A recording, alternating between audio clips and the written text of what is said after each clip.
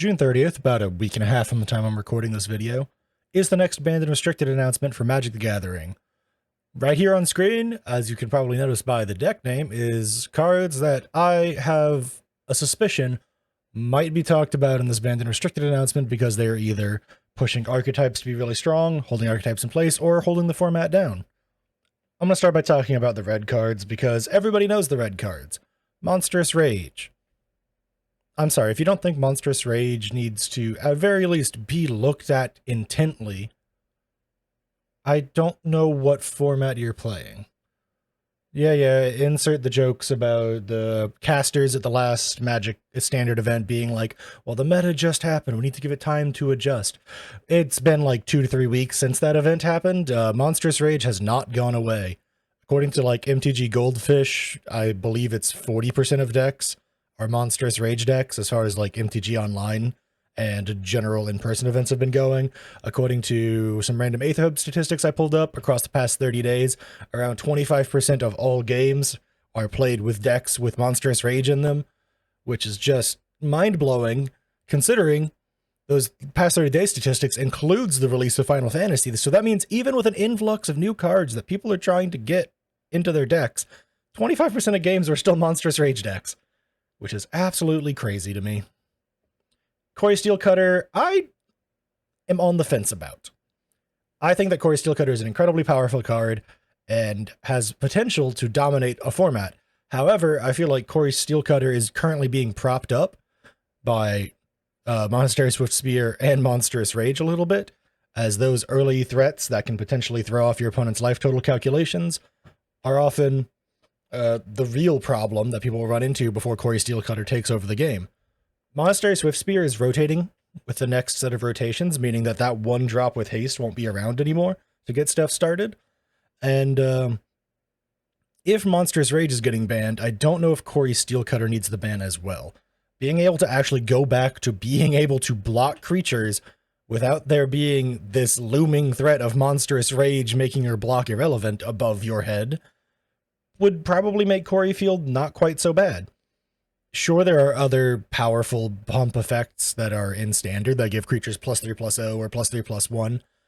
However, those don't innately give trample and then a permanent +1/+1 to the card, meaning that if someone's going to try and pump something with a spell like that, if it doesn't already have trample on it, or it wasn't the Cori token, it doesn't get trample all of a sudden to make one of your blocks kind of irrelevant, making math much better for blockers and kind of pushing aggro down a little bit.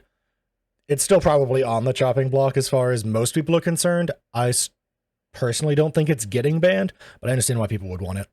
These next 3 cards, 2 of them are a lot less likely, the Overlord and the Overlord, but if Monstrous Rage gets banned, we go back to an Up the Beanstalk format. And if y'all don't know how the Up the Beanstalk format was going, there was basically a 3-way tie for a bit before Cori came into the picture of Esper Pixie, Overlord Domain with Up the Beanstalk, and aggro in typically mice fashion being the rock, paper, scissors of the format, more or less.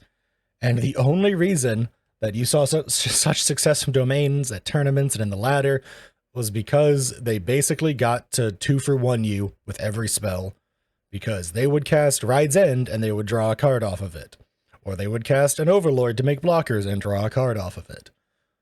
I personally think the card should be looked at heavily, and if you remove Monstrous Rage, there will be very little holding the format back from just kind of diving back into Domain is the name of the game.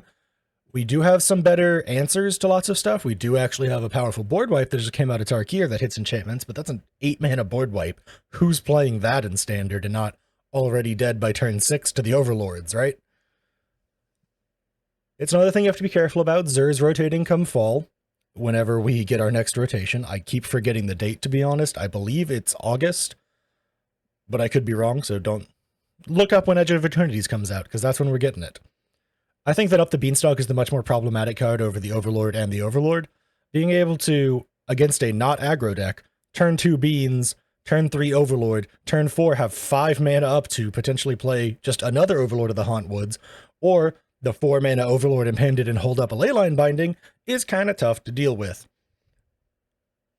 You might be like, but a lot of that stuff happens every game anyways, even without the Beanstalk. Yeah, but now they didn't replace the overlords in their hand if the Beanstalk is gone. I still think Up the Beanstalk's a very powerful card, and it absolutely deserves its ban over in Modern.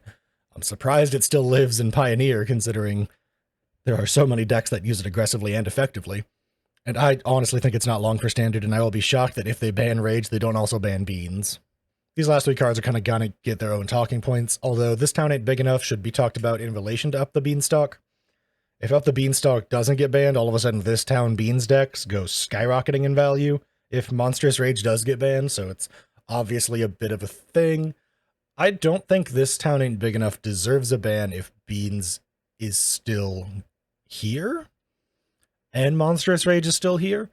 But I think if Beans and Monstrous Rage are gone, then This Town Ain't Big Enough makes Esper Pixie skyrocket in value. It makes it so that that deck that makes you discard basically a card a turn now suddenly goes from, oh, well, Domain just refilled their hand anyways, to, aha, you can't stop me. As you can tell, that rock, paper, scissors kind of still exists with This Town, Up, the Beanstalk, and Monstrous Rage. They're still there, it's just that Monstrous Rage is kind of taken over because of how many good aggro cards have been printed lately. I think that if Monstrous Rage and Up the Beanstalk go, This Town should be looked at as well. However, I think it's one of those things where it's if Up the Beanstalk doesn't go and Rage goes, This Town should probably leave. But also then you're running into the problem of, well, what stopping the Overlord decks from just becoming This Town, Up the Beanstalk's shenanigans? Technically speaking, mill players, but those guys don't exist anymore, so this card's just kind of dangerous to be left alone if you're removing other stuff from the format. Even right now, I've been playing tons of different self-bounce decks. Hopeless Nightmare and Momentum Breaker and This Town, combined with like Storm Chaser's talent, provides these insane value loops. And none of those cards are rotating. Like at all. Not for like another full year. So that's something that they have to be very careful of keeping track of. Listen, I know you see Omniscience up there and you're like, Felt, don't you think Omniscience isn't a huge problem? Don't you think Omniscience is a really easy deck to deal with? Especially if you don't have to dedicate deck slots to dealing with aggro. Don't you now have those deck slots available to help deal with graveyard hate? Yes. That makes the format unhealthy, though, because it means that no other graveyard decks will be allowed to live outside of graveyard decks that try and turn 4 reanimate something. It'll basically lead to only zombified, what is the name of that guy? Like Valgavoth's guy? There's a 1-drop in black that for 4 mana will reanimate a creature, which can be obviously very powerful. It'll be like him, Zombified Abuelo's Awakening, and that'll be all that exists for reanimator decks. Because otherwise you're going to be facing people just slam dunking 4 Ghost Vacuums or 4 Rest in Pieces or like Leyline of the Voids out the wazoo, just trying to stop Omniscience from doing its thing. Does that mean Omniscience is ban-worthy, though? I personally don't know. Omniscience hasn't exactly put up the best track record lately in true tournaments, and I think that's due to the fact that they might be able to do that game 1, I just combo and win stuff, but like if they lose game 1, all of a sudden game 2 and game 3 you're going in with the idea of, oh, my opponent knows what I'm doing, and now I'm just a combo deck that's down a game. It's the same as if someone beats you in Modern in the first game and you're playing Charbelcher. You go, oh no, I'm down a game and my opponent knows my combo and knows how to play against me now. This could be very bad. Do I think Omni deserves a ban?